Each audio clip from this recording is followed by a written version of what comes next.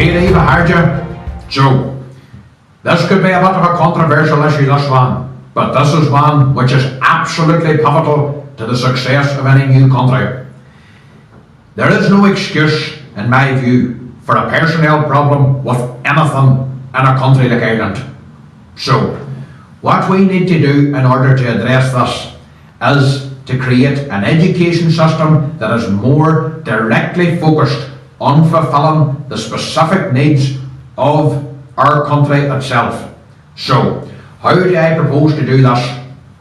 First of all, a complete abolition of all of the teachers' unions in secondary school. Secondary schools need to be focused on delivering the results that we need back into the country. A small country like Ireland needs more creative and independent management in order to become successful. How we would cultivate this would be whenever our young people are at school. It is my proposition to reform secondary education into becoming as conducive as possible to fulfilling the direct needs of the country at a certain time. No, for example, how we would do this. Our Minister of the Economy would identify any gaps in the economy and where exactly they are. The Minister of Education would then collaborate along with them in order to create a streamlined process that could be disseminated through our education system to cultivate exactly these results that we need. So, this link between the two would be how we use our education system to make sure that the country has a deficiency in nothing. So, first of all, an abolition of the teachers' unions.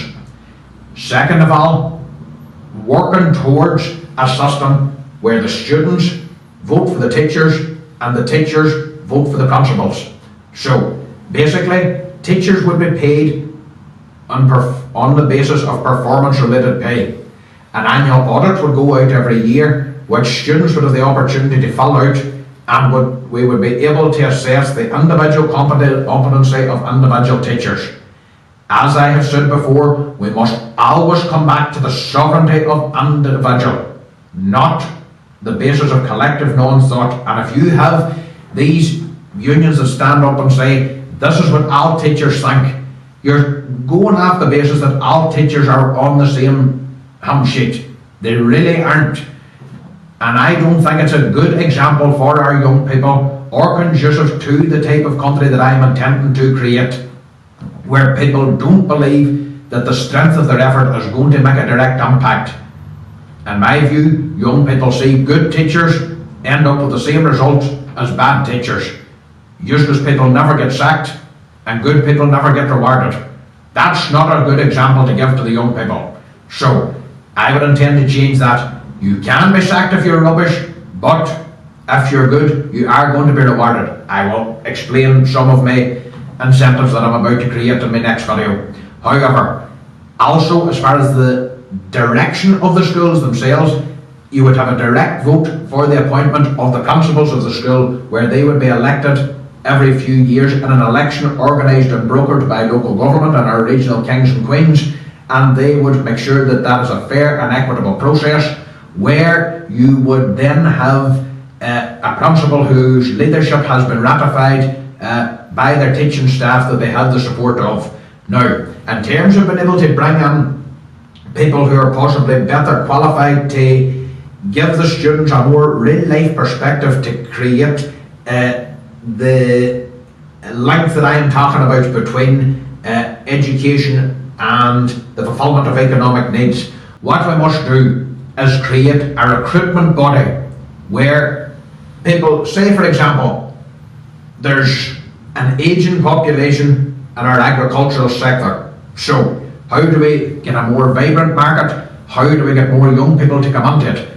We have to get somebody who is a farmer, we have to bring them into a teaching college and give them all of the necessary methodologies and give them a good crash course on how to be a good teacher, as well as teaching them the curriculum and getting them organised then, where they would go on to a talent roster that could be picked up on by any prospective principal who wants to take their school in any direction that they wish. Bestowing this type of autonomy to the individual principals and individual schools would enable optimal leadership and more dynamic leadership across the board. In my view, I would allow principals to collaborate with each other and give them the opportunity, if they feel the need and they feel that they have the support, to propose any subject that they want, that they feel is catered for their students and for a direct need that is in their local economy. So I am going to give that authority to lead to principals themselves, and through the implementation of all of these measures, I believe that we could have a more dynamic education system that does not just plug where to access more education and how much you can pay to get it. With regard to the third level again, our legal requirement at the minute is only that you stay in education until the age of 16. So what I am saying is, if you decide that 13 or 14 that you are certain what you want to do, given my reforms to make secondary education about the fulfilment of the national needs, which would be great for people who aren't sure what they want to do. But if you decide that you want something specific at any age, you are free to go on to third level, but you have to organise yourself. It won't be a matter of going through GCSEs or Leaving Cert or Junior Cert or A levels or anything like that. You will have to research the university, you'll have to look at their entrance exams, you'll have to learn off all of their stuff, you'll have to go directly to them. If that's what you want to do, you have to go and make it happen for yourself. There's not going to be these teachers advising you, but you know what? This could be a very good move for the country in terms of getting people into specific jobs who have developed their own capability. This could lead to a better mindset and attitude being adopted in all sections of the economy and all parts of the country. So I think that that actually is a very welcome development.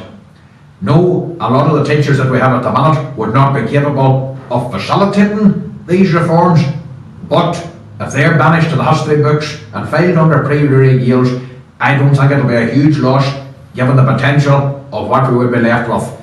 Please let me know what you think about this matter. I will explain in more detail, as I promised, the incentives that I intend to create to keep all who survive the chop on the ball and keep them wanting to stay within King Ruairi's education system. Gora Mila, my Hoggarth.